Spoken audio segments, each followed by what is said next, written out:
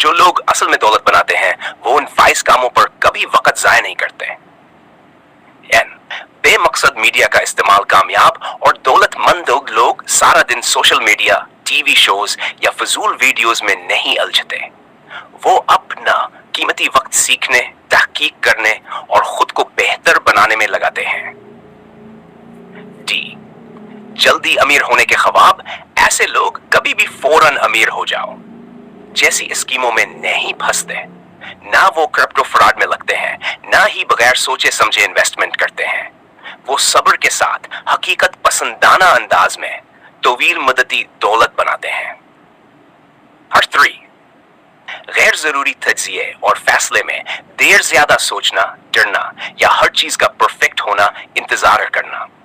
ये दौलतमंद अफराद का तरीका नहीं होता।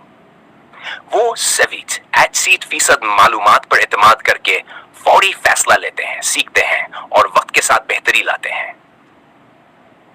4, जहरीले लोगों का साथ। जो लोग आपके ख्वाबों पर हिनसते हैं, आपको नीचा दिखाते हैं या फजूल खर्ची की तरफ ले जाते हैं, ऐसे लोगों से कामयाब अफराद दूर रहते हैं। वो मिस्बत, समझदार और हदफ पर मरकूज लोगों का साथ रखते हैं।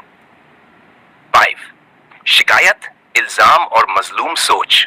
मेरे साथ क्यों हुआ, या हालात ही बड़े हैं, जैसे जुमले दौलतमंद अफराद की लुगत में नहीं होते। वो हालात को कबूल करके अपनी गलतियों से सीखते हैं और हर नाकामी को एक सबक समझकर आगे बढ़ते हैं।